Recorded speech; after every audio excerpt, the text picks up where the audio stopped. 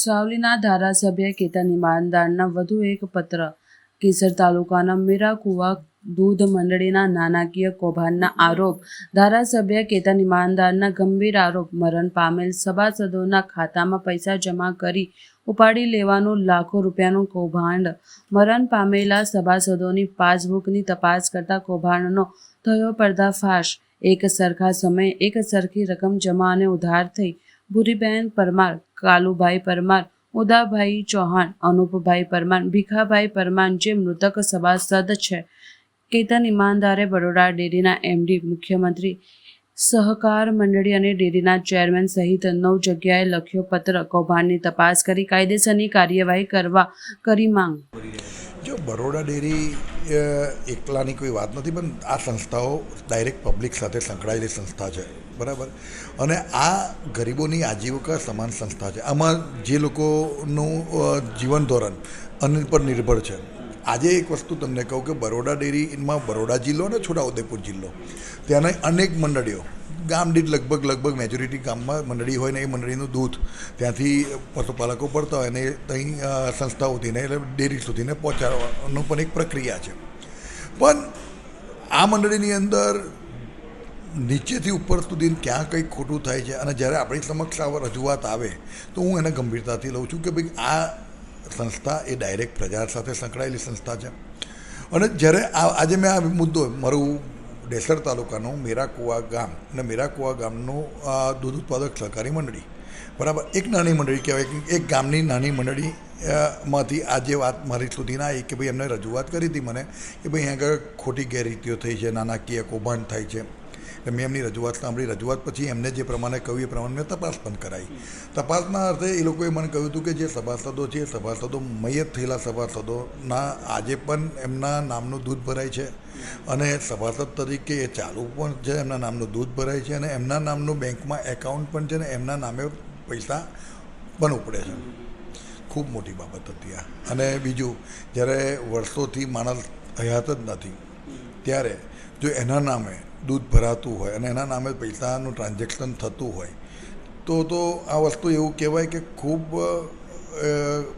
કહેવાય ને કે આ માણસની જે મેં કહ્યું કે આ સંસ્થા જે બિચારા ગરીબો સાથે સંકળાયેલી છે. હું કાયમ પહેલાંથી કહેતો આવ્યો છું કે આમાં તમે નીચેથી જુઓ. બરોડા ડેરી પ્રોગ્રેસ કરે એ આપણે દરેક બરોડાને ઈચ્છે છે, હું પણ ઈચ્છું છું. બરોડા ડેરીનો વહીવટ સારો ચાલે એ હું ઈચ્છું છું. હું આજ દિવસ સુધી બરોડા ડેરીમાં જ્યારે કોઈક મારી પાસે વાત આવી હશે, કંઈ રજૂઆત આવી હશે તો જ ગયું. હું તો એ ગેટની અંદર પણ એન્ટ્રી નથી લેતો. બરોડા ડેરીના રાજકારણ સાથે પણ મારે દૂર સુધી પોતે વ્યક્તિગત કોઈ લેવા દેવા નથી. હું કોઈ ચૂંટણી લડવાનો પણ નથી, ભવિષ્યમાં પણ નહીં. મારા પરિવારનો કોઈ વ્યક્તિ બરોડા ડેરીની ચૂંટણી નથી લડવાનો. પણ એક જવાબદાર વ્યક્તિ તરીકે, એક જાગૃત નાગરિક તરીકે હું પોતે મારી સામે જે પણ વાત આવશે એ વાતને હું સચોટ રીતે મારી સરકારમાં મૂકીશ, મારી રજૂઆત આપીશ અને એ રજૂઆતમાં એમની સામે જો એ ખોટા હશે તો કાયદેસરના પગલાં લેવડાવીશ. મેં તમને કહ્યું 5 સભાસદો, જે સભાસદો હયાત નથી, મરણ પામેલા છે, એમના નામે લાખો રૂપિયાનું દૂધ ભરાયું અને લાખો રૂપિયા ઉપાડાયા. ખૂબ મોટી બાબત હતી. એટલે આજે મેં બરોડા ડેરીના એમડીને, બરોડા ડેરીના ચેરમેનને, જિલ્લા કલેક્ટરશ્રીને અને મેં માન્ય અમારા મુખ્યમંત્રી સાહેબને, માન્ય સહકાર મંત્રી સાહેબને, બધાને, મુખ્યમંત્રી શ્રીને અને સહકાર મંત્રીશ્રીને મેં ફેક્સથી રજૂઆત કરી છે. અને આ બધા જે અહીંયાના અમારા અધિકારીઓ છે એને મેં રૂબરૂ મારા આગેવાનોને મોકલીને મારા લેટર હેડ પર જ લખીને માગણી કરી છે કે આમાં, અને એવિડન્સ એટલે પુરાવા પણ મૂક્યા છે. અને મેં કીધું છે કે આ જે ખોટું કરેલા લોકો કોણ એની પાછળ જવાબદાર છે અને એ જવાબદાર લોકો અમે તપાસ કરી અને તપાસમાં જેટલા લોકો જવાબદાર નીકળે એની અમે ફોજદારી ગુનો દાખલ કરવા માટે મારી ભલામણ છે. ઘણી વિગતો એવી છે, મેં એમને લેટર હેડ પર લખીને પોઈન્ટ ટુ પોઈન્ટ આપી છે. અને હું એવું માનું છું કે મીરાકુવા ગામ એકલી મંડળી અમાર નહીં હોય, અનેક મંડળીઓ હશે જ્યાં આવું ખોટું કરવા લોકો ટેવાયેલા હશે અને જે ખોટું કરતા હોય એને બહાર લાવવા જોઈએ. એ મંડળીઓનું સચોટ અને નિષ્પક્ષ ઓડિટ થવું જોઈએ અને એમાં જો આવું કોઈ નીકળે તો એની પર કાયદેસરની કાર્યવાહી થઈ જોઈએ. એ મારી માંગણી છે. જે પ્રકાર આપ કહી રહ્યા છો તો આ તો જવાબદારી તો પ્રમુખની હોય, જે કરી રહ્યું છે ઓડિટ થવું જોઈએ આ વસ્તુનું. તો ઓડિટ બરાબર થઈ રહ્યું છે? હું એ જ કહું છું, આમાં મંડળીની અંદર પ્રમુખ ને મંત્રી ખાસ જવાબદાર હોય. મંત્રી હોય, પ્રમુખ હોય, સુપરવાઇઝર હોય, ઓડિટર હોય. ના થતું હોય તો જ આટલા વર્ષો સુધીના વસ્તુ ચાલે ને.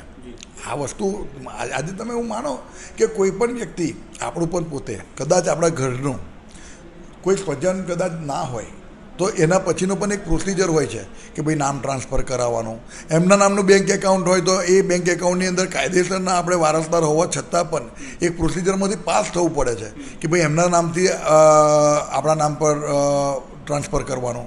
તો આ માણસના મરણ થયા પછી એમના જ નામે આટલા વર્ષો સુધીને આ વ્યવહાર કેમનો ચાલ્યો, અને ચાલ્યો તો એ સાચો ચાલ્યો અને એના પરિવારના પોતાના એનાથી ચાલ્યો કે ભાઈ કોઈ ખોટું કોઈ જાણતું જ નથી અને એના નામે આ વ્યવહાર ચાલ્યો છે, એ પણ તપાસનો વિષય છે. બધું જ તપાસમાં જ આવશે કે આ મેં તમને કહ્યું એવું કે ખોટું જ થયું છે. જો ખોટું ના થયું હોય તો ચલાવવાની જરૂર નથી. એમના એકાઉન્ટ નંબર સાથે આપ્યા છે. ભૂરીબેન રમણલાલ પરમારનો એકાઉન્ટ નંબર પણ આપ્યું છે. એમની મરણ તારીખ 25/11/2021 છે. એમનો નાણાકીય વ્યવહાર તારીખથી તારીખ 22/2/2022થી આજે છેલ્લો એમનો નાણાકીય વ્યવહાર 19/2/2025. અત્યારે આટલા વર્ષોમાં એમને 9,14,500 રૂપિયાનું દૂધ ભર્યું પણ છે, એટલી રકમ ઉપાડી પણ છે. આ એક જ દાખલો આપું છું. એવા કાલુભાઈ મૈજીભાઈ પરમાર, ઉદાભાઈ છગનભાઈ ચૌહાણ, અનુપભાઈ ભરતભાઈ પરમાર, ભીખાભાઈ નાનાભાઈ પરમાર, એમના બેંક એકાઉન્ટ નંબર, એમની મરણ તારીખ 12/3/2023, 6/9/2019, 2019થી 2000 મરણ થયા પછી 2004-2025 સુધીને દૂધ ભરાયું પણ છે અને એમના નામે નાણાકીય વ્યવહાર 19,95,000નો થયો છે આટલા વર્ષોમાં.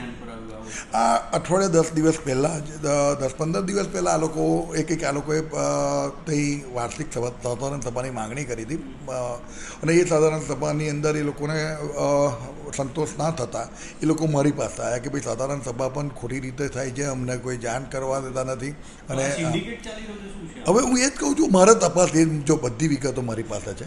આ લોકો મેં જ્યાં જ્યાં તપાસ માગી છે, જવાબદાર અધિકારીઓ તપાસ કઈ રીતે કરે છે, કેવી રીતે કરે છે, કોઈને બચાવવા કરે છે કે સત્ય બહાર લાવવા કરે છે. હું મારી રીતે પેરેલલ તપાસ મારી ચાલુ જ છે. બધા એવિડન્સ હું પણ બહાર એકત્રિત કરું છું અને મને ખબર છે કે જ્યાં જ્યાં તપાસ મને દેખાશે કે આ તપાસ સાચી થઈ તો મને કોઈ વાંધો નથી. જ્યાં તપાસમાં કંઈ પણ એ થશે તો એને બહાર લાવીશ. પણ હવે આ કઈ મંડળીઓ આવે છે, બહુ બધી મંડળીઓ છે. આ તો મેં દેસર અને સાવલી તાલુકાની વાત કરું છું, બરાબર. પણ બરોડા જિલ્લાની તો વડોદરા જિલ્લો અને છોટાઉદેપુર જિલ્લો, એની તમામ મંડળીઓમાં ઘણું ખોટું થઈ રહ્યું છે એવી વર્ષોથી બૂમો પડતી આવી છે. એટલે હા, પાર્ટી તો એક જ છે, તો આ લોકો પાર્ટીનું નામ ખરાબ કરવા બેઠા છે. જો હું સહકારી સંસ્થાની અંદર ઘણી વખત હું જોઉં છું કે આમાં પાર્ટીનું લેબલ ખાલી કહેવાતા પૂરતું હોય છે અને એનો દુરુપયોગ પણ થાય છે.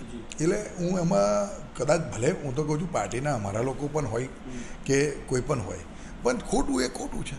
જે પણ હશે એના માટે કાયદેસર કાર્યવાહી કરવી જોઈએ કે સમાજમાં મોટો દાખલો બંધે અને એનાથી બીજા લોકોને પણ ખ્યાલ આવે કે આવું ખોટું કરનારને કોઈ પણ સંજોગોની અંદર છોડવામાં નહીં આવે.